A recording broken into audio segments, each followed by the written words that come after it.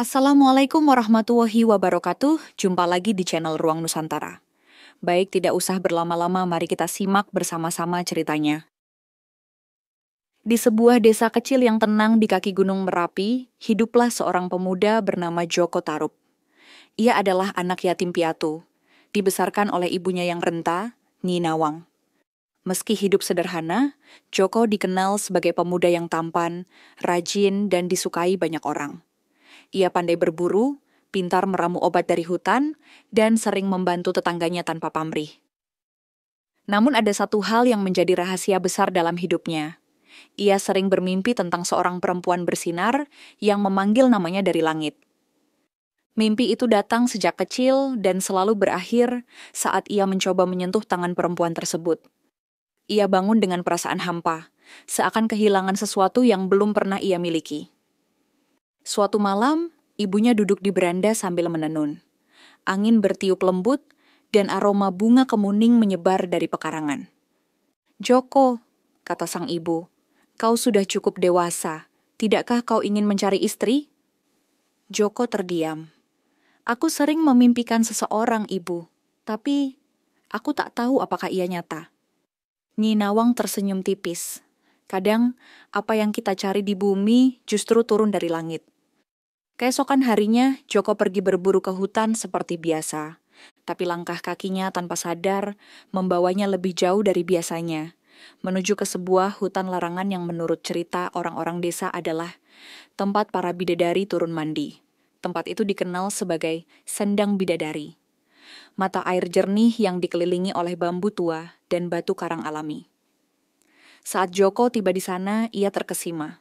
Airnya sebening kaca, dan suara gemericiknya seperti musik alam. Ia merasa damai, lalu mengantuk dan tertidur di bawah pohon besar. Ketika terbangun, matahari telah condong ke barat. Namun matanya menangkap sesuatu yang tak biasa, tawa perempuan. Ia mengintip dari balik semak dan terperangah. 7 perempuan jelita sedang mandi dan bermain air di sendang. Rambut mereka panjang, kulitnya bening seperti cahaya bulan, dan suara mereka seperti nyanyian angin. Joko segera sadar, inilah para bidadari langit. Namun satu dari mereka membuat dadanya berdetak lebih cepat. Wajahnya persis seperti perempuan dalam mimpinya. Ia tampak lugu, lembut, dan matanya, ketika menatap langit, seolah menyimpan rindu yang sama. Tanpa sadar, Joko melihat ke arah batu tempat mereka meletakkan pakaian. Di sana, 7 selendang tergantung. Nalurinya mendorong. Dan sebelum akalnya sempat menolak, ia mengambil salah satu selendang dan menyembunyikannya. Tindakan kecil itu akan mengubah hidupnya selamanya. Joko Tarub berlari pelan dari balik semak, menyembunyikan selendang yang ia ambil ke dalam lubang pohon bambu tua. Jantungnya berdetak cepat, tak hanya karena gugup, tapi karena perasaan aneh yang mengalir dalam darahnya, antara kagum, bersalah, dan takjub. Tak lama kemudian, terdengar riuh dari sendang. Para bidadari tampak panik. Mereka mengenakan selendang masing-masing dan terbang satu persatu ke langit. Tubuh mereka berubah menjadi cahaya yang menari di antara awan. Namun satu bidadari tertinggal. Ia adalah yang paling muda, yang wajahnya begitu mirip perempuan dalam mimpi Joko. Ia kebingungan, menangis, dan memanggil-manggil nama saudari-saudarinya. Tangannya meraba batu, rerumputan, hingga akhirnya ia terduduk, menangis di pinggir sendang. Joko merasa dilema, tapi langkahnya seperti digerakkan oleh sesuatu yang lebih besar dari niatnya. Ia keluar dari persembunyian dan mendekat dengan pura-pura tidak tahu apa-apa. "Maaf, apakah kau butuh bantuan?" tanyanya lembut. Bidadari itu menoleh dengan mata basah. Ia tampak ketakutan. Aku kehilangan selendangku," ucapnya lirih. "Tanpa itu, aku tak bisa kembali ke kahyangan." Joko pura-pura bingung. "Kau dari langit?" Perempuan itu mengangguk pelan. "Namaku Nawang Wulan. Aku datang bersama saudari-saudariku untuk mandi. Tapi sekarang aku terperangkap di bumi." Saat itu pula, kabut mulai turun dari pegunungan, dan suara burung-burung senja mengantar kesunyian. Joko, tanpa pikir panjang, berkata, "Kalau kau tak keberatan, Kau bisa tinggal di rumahku bersama ibuku, sampai kau menemukan jalan kembali. Nawang Wulan memandangnya. Di matanya ada keraguan, tapi juga harapan. Ia melihat ketulusan di balik wajah Joko yang gelisah. Aku tidak tahu dunia manusia, tapi aku takut sendirian. Mereka pun berjalan bersama ke desa Tarup. Warga sempat heran melihat Joko membawa seorang perempuan cantik tak dikenal. Tapi karena ia dikenal baik, tak ada yang berprasangka buruk. Nyi Nawang menyambut Nawang Wulan dengan hangat. Dalam hitungan hari, Nawang Wulan mulai akrab dengan kehidupan di bumi. Ia rajin membantu memasak, mencuci, dan menjaga rumah. Tapi ada yang aneh. Ia tidak pernah membiarkan siapapun membuka tutup kukusan saat memasak nasi. Konon, hanya dengan sedikit beras, ia bisa menghasilkan nasi sepenanak keluarga. Sebuah keajaiban kecil yang membuat Joko semakin yakin bahwa ia adalah makhluk langit. Hari-hari berjalan, dan cinta pun tumbuh. Di tengah rahasia yang tersembunyi, Joko mengucapkan lamaran, dan Nawang Wulan menerimanya. Tapi sebagaimana cinta yang dibangun di atas dusta, bayangan langit mulai menuntut kebenaran. Setelah menikah, Joko Tarup dan Nawang Wulan hidup dalam kebahagiaan. Desa Tarup tak henti membicarakan kecantikan dan kelembutan sang istri yang laksana bidadari. Tak ada yang tahu siapa sebenarnya Nawang Wulan, kecuali Joko dan ibunya. Hari-hari terasa damai. Nawang Wulan menjalankan tugas rumah tangga dengan cekatan. Tapi seperti sebelumnya, satu kebiasaan aneh tetap ia lakukan. Ia tidak pernah mengizinkan siapapun membuka tutup kukusan saat menanak nasi. Ini adalah pantangan dari keluargaku, ujarnya suatu hari kepada Nyi Nawang. Jika tutupnya dibuka, rezeki akan hilang.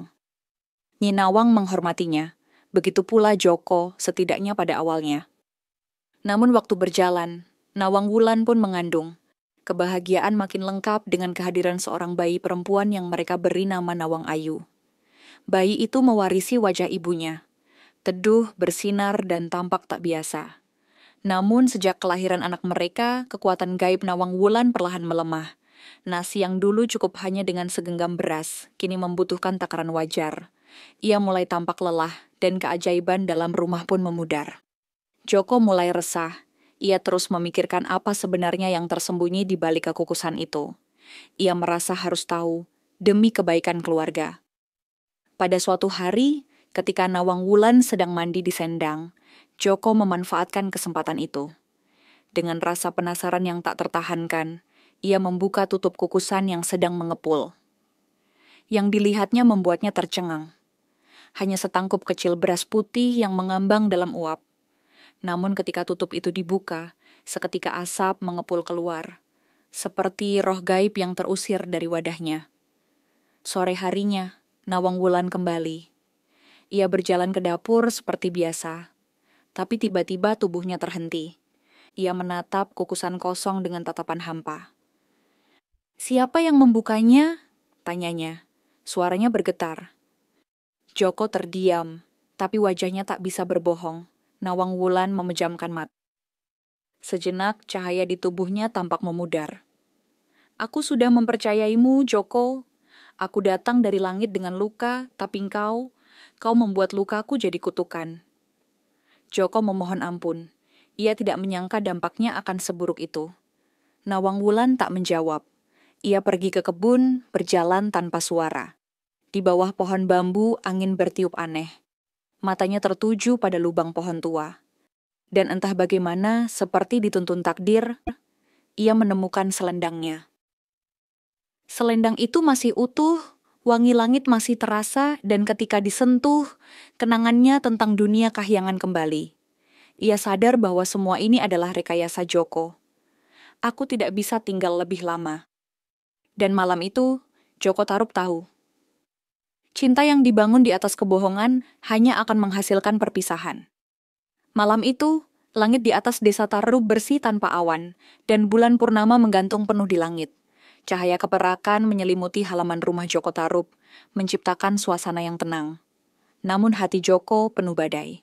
Di dalam rumah, Nawang Wulan berdiri diam memandangi selendangnya yang telah kembali ke pelukannya.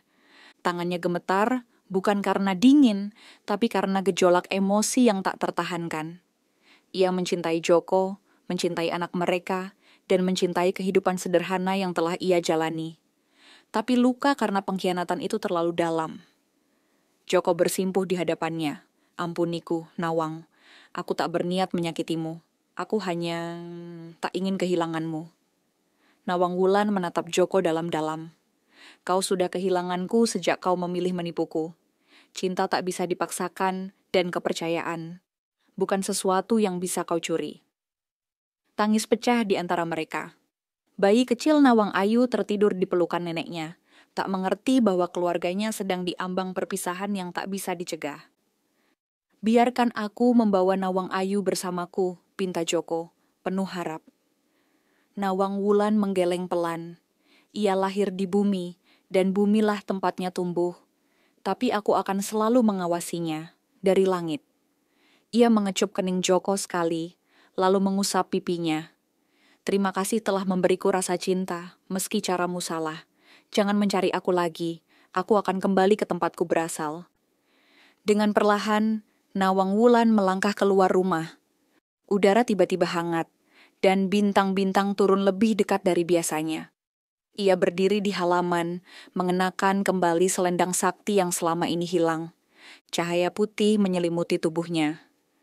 Joko dan Nyi Nawang berdiri terpaku. Dari langit terdengar suara halus seperti nyanyian bidadari, dan angin malam berhenti berembus. Dengan satu gerakan lembut, Nawang Wulan terbang meninggalkan bumi, tubuhnya melesat ke angkasa menjadi sinar yang redup namun abadi.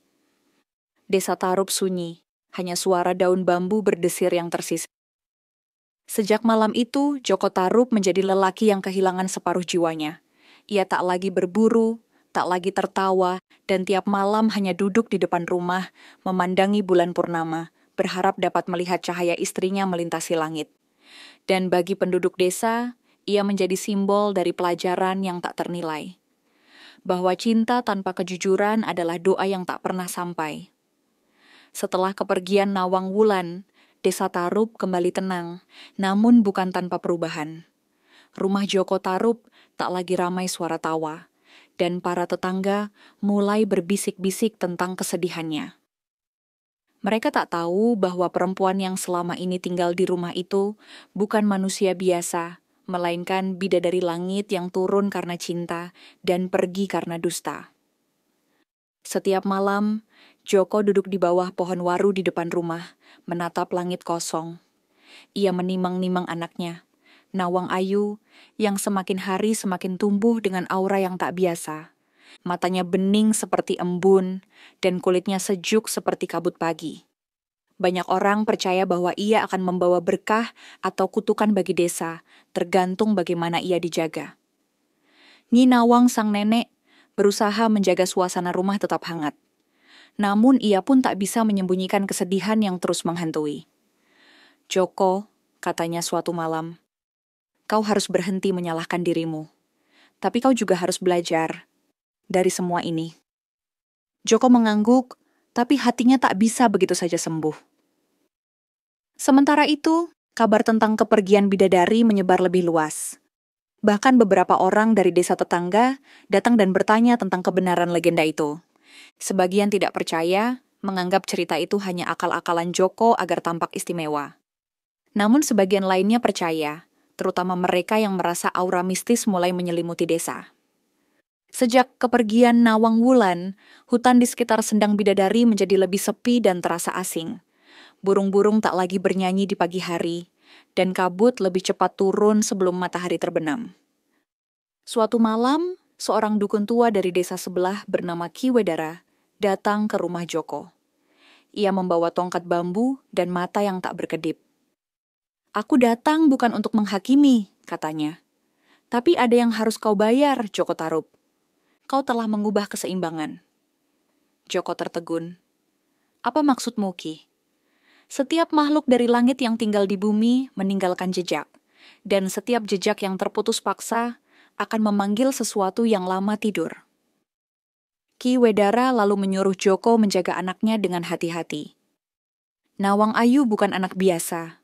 Ia membawa darah dua dunia. Jika ia jatuh ke tangan yang salah, maka langit dan bumi bisa saling mencakar. Pesan itu menancap dalam hati Joko. Ia tahu beban yang kini dipikul bukan hanya penyesalan, tapi warisan yang bisa menentukan takdir desanya. Dan dari malam itu, bayang-bayang mulai bergerak dari hutan, mengikuti rumah Joko Tarub dengan diam.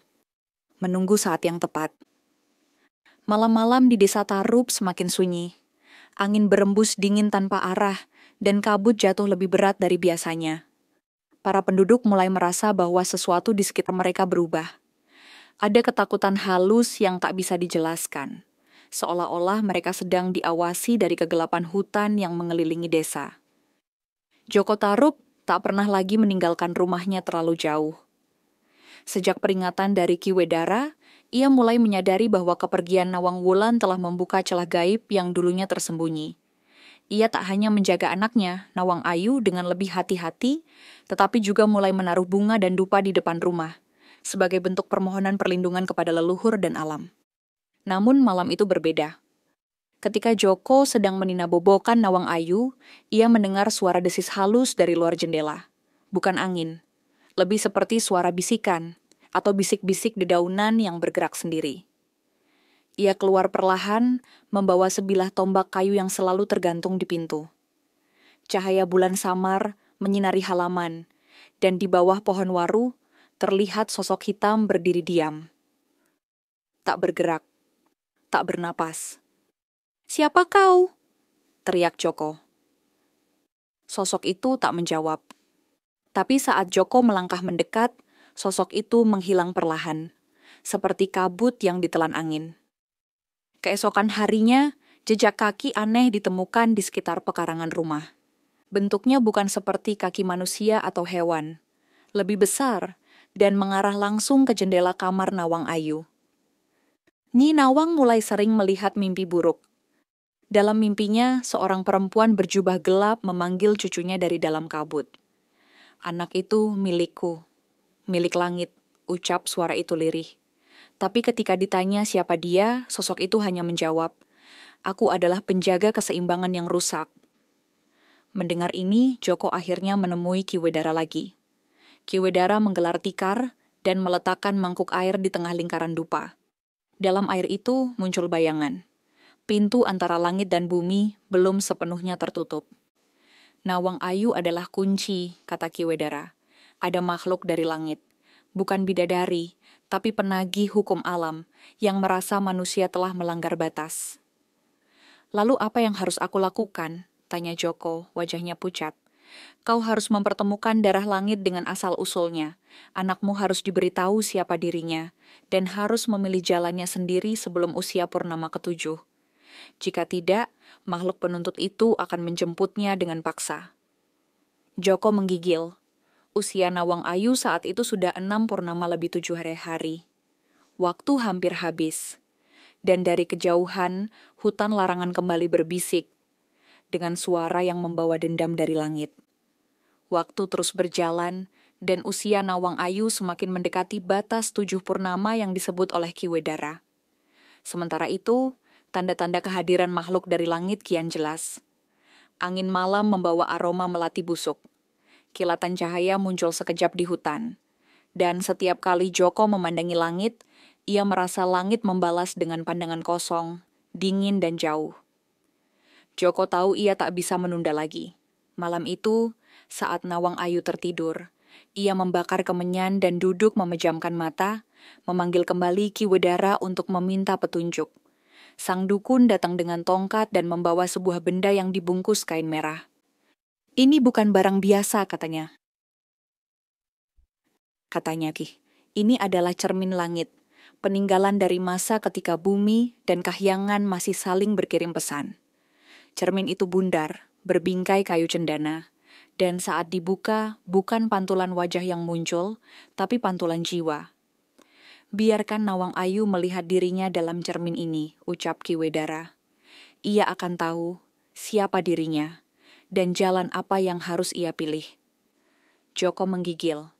Ia takut jika anaknya menolak dunia ini, atau jika pilihan yang ia buat malah menghancurkan keduanya. Esok malamnya, tepat di malam bulan purnama ke-7, Joko membawa Nawang Ayu ke tempat yang dulu menjadi titik jatuhnya Nawang Wulan, Sendang Bidadari. Tempat itu kini diselimuti kabut tipis. Suara air masih mengalun, tapi tak seceria dulu. Di atas batu besar, Joko meletakkan cermin langit dan memanggil putrinya yang masih kecil untuk duduk. "Nawang Ayu," katanya dengan lembut, "lihatlah ke cermin ini. Kau akan tahu siapa ibumu dan siapa dirimu." Anak itu menatap cermin. Awalnya hanya bayangan biasa yang terlihat. Tapi kemudian pantulan berubah, menampilkan sosok Nawang Wulan berdiri di antara bintang. Ia tersenyum, lalu menjulurkan tangan seolah ingin menyentuh putrinya. Nawang Ayu terdiam, tapi dari matanya cahaya lembut memancar. Ia menoleh ke Joko dan berkata, "Ayah, ibu bilang aku harus memilih." Joko hampir tak bisa bicara. "Apa yang kau pilih, anakku?" Nawang Ayu menatap ke langit, lalu ke tanah. "Aku ingin tetap di bumi, tapi aku ingin ingat langit." Tiba-tiba, kabut bergolak. Sosok berjubah hitam muncul di seberang sendang. Ia adalah penagih langit, yang datang untuk menjemput anak setengah langit. Namun, Nawang Ayu berdiri dan berseru dengan suara jernih. "Aku memilih dengan sadar. Jangan paksa aku akan jaga warisan ibuku, tapi di bumi." Sosok hitam itu bergeming, lalu tubuhnya retak seperti batu yang pecah, dan perlahan lenyap ke dalam kabut. Langit tenang kembali, angin berembus hangat. Joko tahu, anaknya telah membuat pilihan, dan dunia tidak akan sama lagi. Setelah malam pilihan di sendang bidadari, suasana desa Tarub berubah. Angin tak lagi membawa hawa dingin dari langit, dan bayang-bayang hitam yang biasa terlihat di tepi hutan menghilang.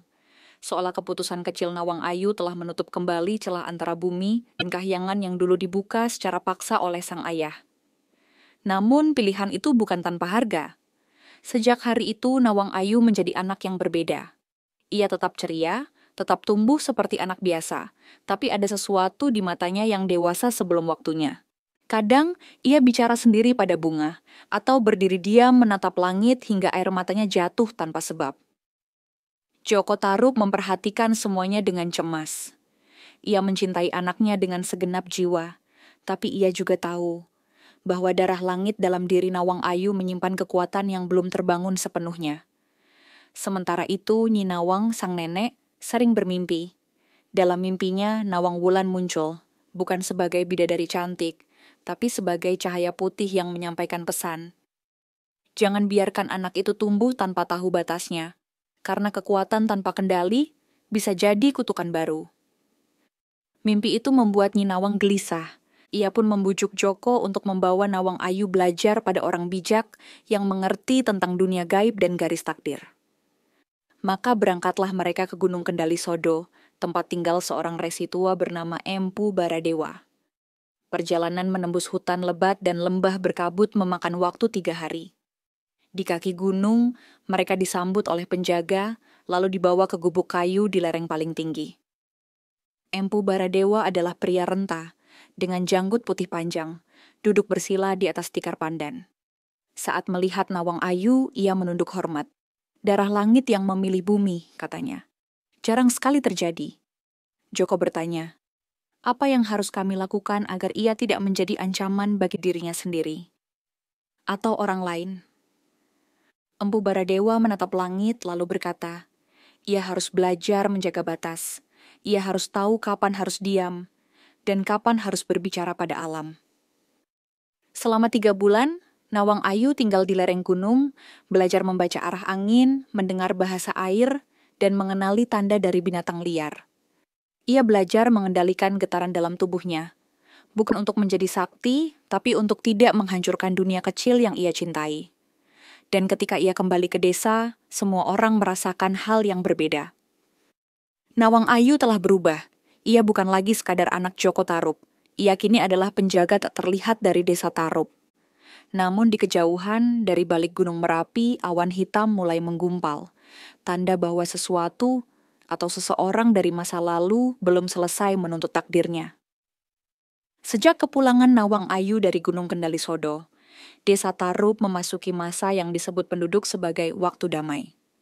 Hasil panen melimpah, air sendang tetap jernih meski musim kemarau datang lebih panjang, dan binatang liar menjauh dari ladang. Tak sedikit warga percaya bahwa semua itu terjadi karena aura pelindung dari gadis muda keturunan langit itu. Namun, kedamaian sejati tak pernah abadi. Suatu malam langit berubah muram, bulan ditutup awan tebal, dan petir menyambar puncak Merapi meski tak hujan turun. Di tengah malam itulah Joko Tarub kembali dihantui mimpi lama, tentang perempuan berbaju hitam di tepi sendang, kali ini dengan sorot mata merah menyala. Dalam mimpinya, perempuan itu berkata, "Kau pikir semua sudah selesai, Joko Tarub. Kesalahanmu tidak pernah benar-benar menghilang. Yang kau curi tetap akan ditagih." Joko terbangun dengan keringat dingin.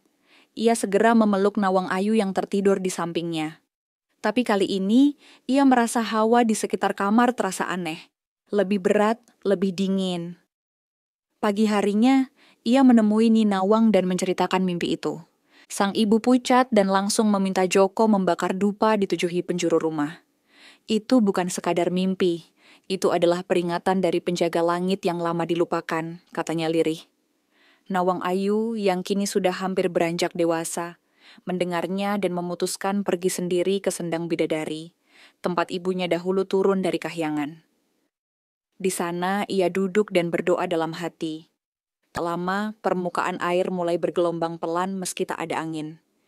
Dan di antara pantulan air itu muncul wajah ibunya, Nawang Wulan. "Ibu," gumam Nawang Ayu. Tapi wajah itu tidak menjawab. Ia hanya memandang dengan penuh kesedihan, lalu perlahan digantikan oleh bayangan lain. Sosok berjubah merah darah, bermata putih tanpa bola mata. Suara dari dalam air berbicara, "Kau anak langit, tapi kau menolak panggilan, maka bersiaplah. Karena warisan langit akan diambil, paksa." Nawang Ayu terkejut dan mundur. Air sendang mendadak membeku di ujung-ujungnya, dan kabut tipis mulai naik dari dalam tanah. Hari itu, Desa Tarub kembali diselimuti bayang-bayang. Ayam tidak berkokok, angin tidak bertiup, dan pohon waru di depan rumah Joko Tarub tak lagi berbunga. Ki Wedara dipanggil lagi. Saat ia datang, hanya satu kalimat yang ia ucapkan setelah menatap langit gelap. Makhluk yang dulu kehilangan saudarinya telah kembali dari lorong waktu. Ia bukan manusia, ia bukan dewa, ia adalah kutukan dari kesalahan yang tak ditebus. Dan bagi Joko, inilah saatnya menghadapi apa yang dulu ia coba lupakan. Langit di atas desa Tarub tak lagi biru. Ia memudar menjadi kelabu pucat, seperti kanvas yang dicoret tangan takdir. Orang-orang mulai jatuh sakit. Hewan ternak menghilang tanpa jejak. Mata air yang jernih mendadak keruh dan berbau besi. Penduduk desa berkumpul di balai, menatap Joko Tarub dengan wajah panik. "Ini semua karena kau pernah menyembunyikan bidadari," teriak seorang warga tua. Joko hanya menunduk. Ia tahu waktu itu akan datang. Namun yang belum ia tahu adalah bahwa makhluk yang datang bukan hanya penagih dari langit, tapi juga bagian dari masa lalu yang tak pernah ia kenal. Di malam ketiga setelah kejadian di Sendang, makhluk itu benar-benar muncul. Ia datang dalam badai, berjalan di atas tanah tapi tak menyentuhnya. Jubahnya merah tua, wajahnya berselubung kabut hitam, dan dari ujung jarinya keluar asap putih yang berputar ke angkasa. Namanya, Sang Bayang Lintang.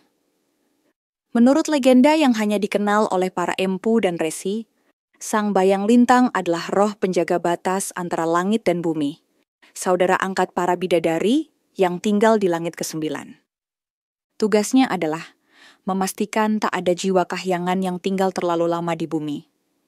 Ketika ia menemukan bahwa salah satu saudarinya, Nawang Wulan, pernah tertahan karena selendangnya dicuri, ia bersumpah akan datang bukan untuk menghukum, tapi mengambil kembali darah langit yang bercampur di bumi. Dan malam itu, ia datang ke rumah Joko. "Berikan padaku anak itu," katanya dengan suara berat yang seakan berasal dari balik jurang waktu. "Dia bukan milik bumi." Joko berdiri menghadang pintu, tombak tua di tangannya. "Kau tak bisa membawanya, ia sudah memilih." Sang Bayang Lintang hanya tertawa. Pilihan seorang anak tak mengikat takdir, darah langit tetap harus kembali. Tiba-tiba pintu rumah terbuka sendiri. Dari dalam Nawang Ayu melangkah keluar dengan tenang. "Jika aku harus pergi, Biarkan aku melihat ibuku terlebih dahulu, ucapnya. Sang bayang lintang mendekat, namun ketika ia menatap mata gadis itu, ia terdiam. Di mata Nawang Ayu terpantul cahaya bintang-bintang yang bahkan ia sendiri tak kenal. Sebuah tanda bahwa jiwa anak itu bukan hanya anak bidadari, tapi juga sesuatu yang lebih tua, lebih kuno. "Siapa kau sebenarnya?" tanya sang bayang lintang. Nawang Ayu menjawab dengan suara lirih. "Aku adalah garis batas. Aku bukan hanya anak langit, tapi juga penjaga bumi. Aku memilih bukan untuk melawanmu, tapi untuk menyambung dunia yang sudah kau pisahkan." Untuk sesaat, waktu seakan berhenti. Angin tak bergerak. Api tak berkedip.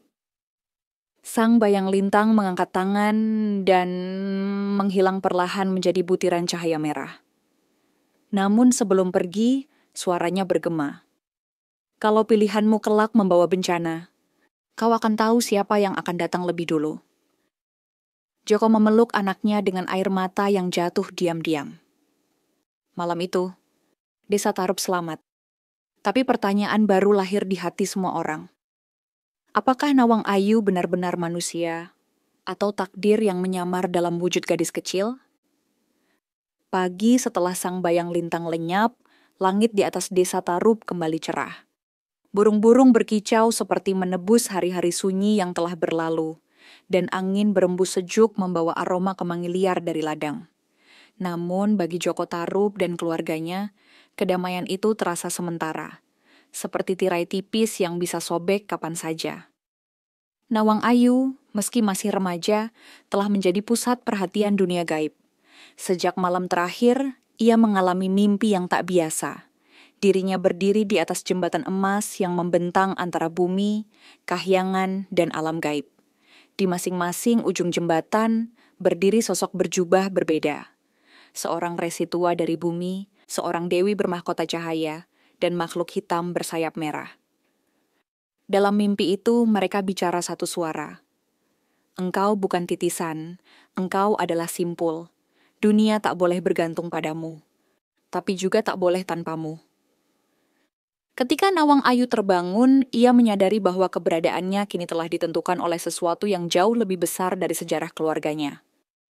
Joko, yang mulai mendalami kembali kitab-kitab tua warisan nenek moyang, menemukan sesuatu yang disebut Perjanjian Tiga Dunia.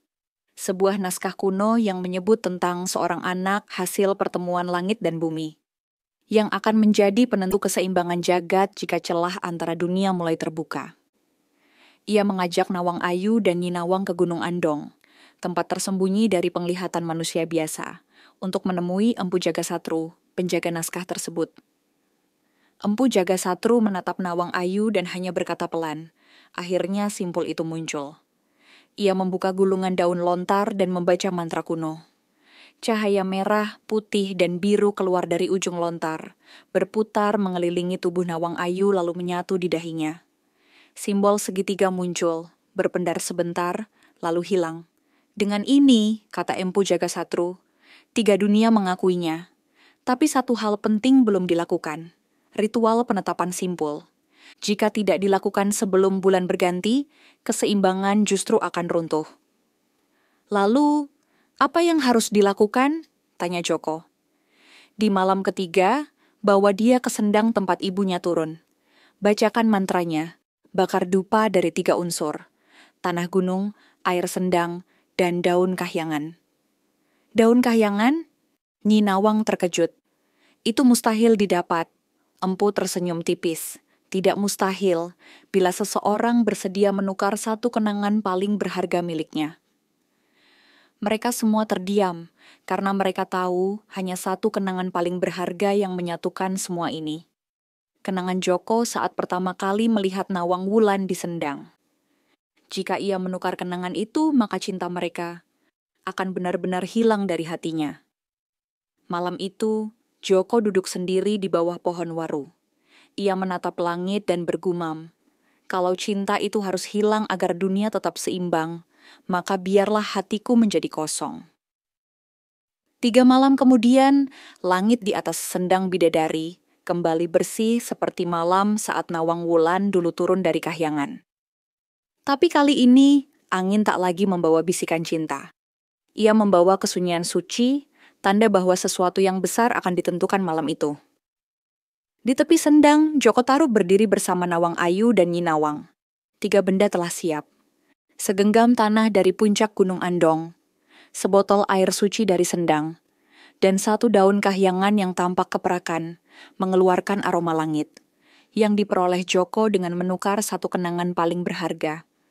Kenangan tentang hari ketika ia pertama kali melihat Nawang Wulan di tepi air, rambut basah menjuntai, senyum malu di balik embun. Ia kini tak lagi mengingat senyum itu. Tak lagi ingat degup jantungnya saat menyembunyikan selendang. Hatinya kosong, tapi dunia harus seimbang. Letakkan 3 unsur itu di tengah lingkaran, kata Nyi Nawang dengan suara lirih. Nawang Ayu mengikuti arahan. Di tangannya, mantra yang diajarkan Empu Jagasatru dilafalkan perlahan. Saat mantra selesai, langit terbuka tipis seperti kelopak mat, memperlihatkan kilasan cahaya biru keemasan. Seketika itu juga, sendang berpendar lembut. Kabut naik dari air dan membentuk sosok perempuan bermahkota bintang, Nawang Wulan. Ia tak berbicara, ia hanya menatap anaknya, lalu tersenyum lembut. Pandangannya lalu beralih pada Joko. Namun Joko hanya membalas dengan senyum kosong. Ia tak mengenali siapa yang berdiri di hadapannya. Air mata mengalir dari mata Nawang Wulan, bukan karena benci, tapi karena cinta yang telah dikorbankan. Senyum terakhir itu menutup bab mereka selamanya. Kabut menyelimuti sendang, lalu perlahan mereda.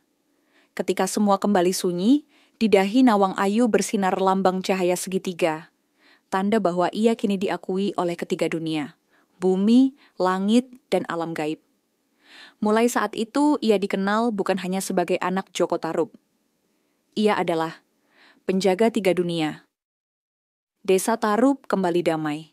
Hutan tumbuh subur, sendang tetap jernih, dan setiap malam purnama, terlihat bayangan gadis muda berjalan di pinggir air, bercakap dengan angin, menjaga batas agar dunia tidak saling menghancurkan. Dan Joko Tarub, ia menua sebagai lelaki yang telah kehilangan cinta, tapi menyelamatkan dunia. Ia mungkin tak lagi mengenal siapa Nawang Wulan, tapi ia tahu satu hal, bahwa cinta sejati kadang harus dilepaskan agar semuanya tetap utuh.